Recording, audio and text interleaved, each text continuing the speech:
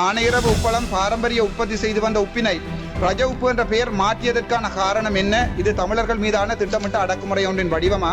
கௌரவ doctor R Ramanathan Archuna அவர்கள்.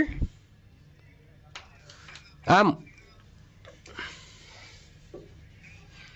அர்ச்சுனா அவர்கள், கௌரவ அர்ச்சுனா அவர்கள் இங்கு பாயிண்ட் ஆஃப் ஆர்டர் இல்லை. உங்களுடைய கௌரவ சபாநாயகர் அவர்கள் எனக்கு வாய்ப்பு தாருங்கள், ஒரு நிமிடம் தாருங்கள். அவர் எனக்கு குற்றச்சாட்டை முன்வைத்தார், அதற்கு நான் பதிலளிக்க வேண்டிய கடப்பாடு எனக்கு இருக்கின்றது. இது ஒரு இது விவாதமாக்கிக் கொள்ள முடியாது. இதை விவாதமாக்கிக் கொள்ள முடியாது. இந்த விவாதத்துக்கு உட்பட முடியாது. நீங்கள் ஒரு கேள்வி எழுப்பீர்கள், அவர் பதிலளித்தார். இதை ஒரு விவாதமாக மாற்ற முடியாது. நீங்கள் அமருங்கள். கௌரவ அர்ச்சுனா அவர்கள், உங்களுடைய விழாவை எழுப்புங்கள். கௌரவ எதிர்க்கட்சி தலைவர் அமருங்கள். பாயிண்ட் ஆஃப் ஆர்டர் இல்லை கௌரவ எதிர்க்கட்சி தலைவர் அவர்களே. கௌரவ அர்ச்சுனா அவர்களே, உங்களுடைய விடயத்தை முன்வையுங்கள்.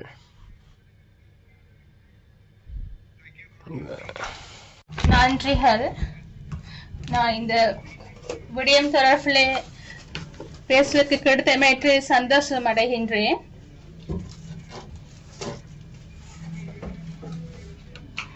கடல் உப்பு பற்றாக்குறை என்பது மிகவும் பேசுபொருளாக ஆக்கப்பட்டிருக்கிறது.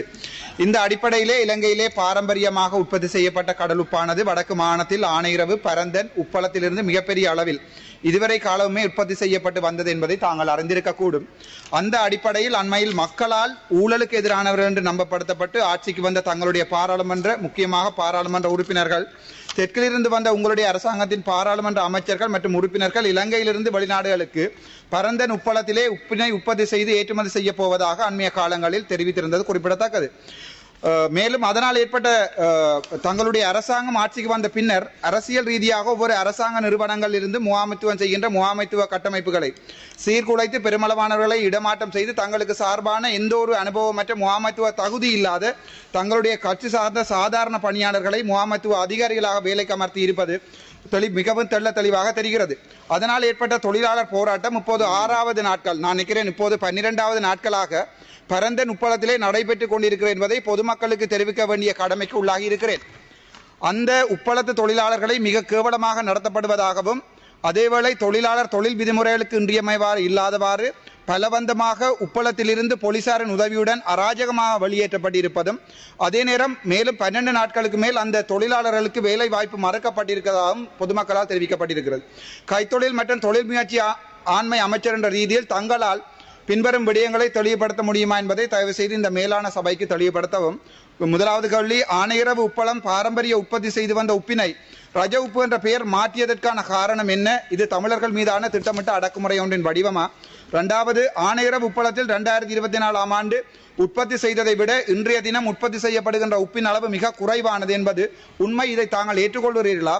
மூன்றாவது, ஆனையிறவு உப்பளத்தில் தங்களுடைய அரசாங்கத்தால் 3 மாதங்களுக்கு முன்னராக முகாமைத்துவ மாற்றம் ஒன்று செய்யப்பட்டுள்ளது என்பதை தாங்கள் ஏற்றுக்கொள்கிறீர்களா?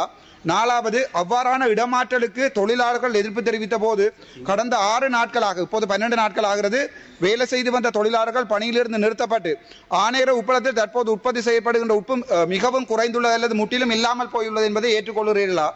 ஐந்தாவது, தற்போது நாட்டில் உப்பினை பிறிதொரு நாட்டிலிருந்து இறக்குமதி செய்வதற்கு அமைச்சரவை அனுமதி அளித்திருக்கிறது என்பதை உறுதிப்படுத்த முடியுமா? ஆறாவது, தொழிற்சங்கங்களால் உருவாக்கப்பட்ட தங்களுடைய அரசாங்கம் இப்போது தொழிலாளர்கள் மீது மிகவும் கேவலமான ஒரு அடக்குமுறை ஒன்றினை கட்டவிழ்த்து விட்டிருக்கிறது என்பதையும், அதற்குரிய மிகச்சிறந்த உதாரணம் ஆனையிறவு உப்பளத்தில் தொழிலாளர்கள் வெளியேற்றப்பட்டு இருக்கிறார்கள், அவர்களுடைய தொழில் மறுக்கப்பட்டு இருக்கிறது என்பதை தாங்கள் ஏற்றுக்கொள்கிறீர்களா? ஏழாவது, உடனடியாக தொழிலாளர்களை மீண்டும் சந்தித்து அவர்களுடைய கோரிக்கைகள் நியாயமானது என்பதை ஏற்றுக்கொண்டு ஆனையிறவு உப்பளத்தில் உப்பு உற்பத்தி செய்யப்படுவதை சாதாரண நிலைக்கு கொண்டு வர முடியுமா? எட்டாவது, இலங்கையில் உப்பு உற்பத்தி படுமோசமாக தங்களுடைய ஆட்சி காலத்தில் குறைவடைந்து இருக்கிறது என்பதை ஏற்றுக்கொண்டு ஆனையிறவு உப்பளத்தினை மறுபடியும் சாதாரண நிலையில் இயங்க வைக்க முடியுமா? அங்கே வேலை செய்கின்ற தொழிலாளர்களை மரியாதையுடன் நடத்துகின்ற அதேவேளை அடிப்படையான வசதிகளை தங்களால் ஏற்படுத்தி கொடுக்க முடியுமா என்று மட்டுமே கேட்கிறேன். நன்றி. கௌரவ சபாநாயகர் அவர்களே, இந்த வினா நேற்று மாலை 2 மணிக்கு தான் கிடைத்தது. நேற்று என்னுடைய உரையிலும் நான் இது பற்றி தெளிவுபடுத்தியிருந்தேன். இதற்கான ஒரு விபரம் அடங்கிய ஒரு பதிலை 1 வாரத்தில் நான் வழங்குவேன். பிரதான நடவடிக்கையின் ஆரம்பத்தின் போது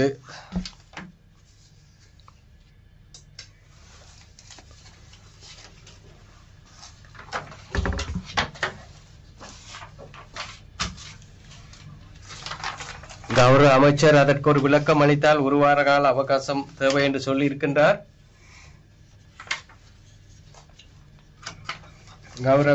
கௌரவுடைய இந்த கடிதம் 2 முறை அதாவது நிராகரிக்கப்பட்டு மீண்டும் திருத்தி தருமாறு தான் கேட்கப்பட்டிருந்தது. அதாவது நிலை கட்டளையை மீறிதான் இதற்கு முன்னர் நீங்கள் வழங்கி இருந்தீர்கள். 5 பக்கங்களில் அது எழுதப்பட்டிருந்தது. பிரதான நடவடிக்கையை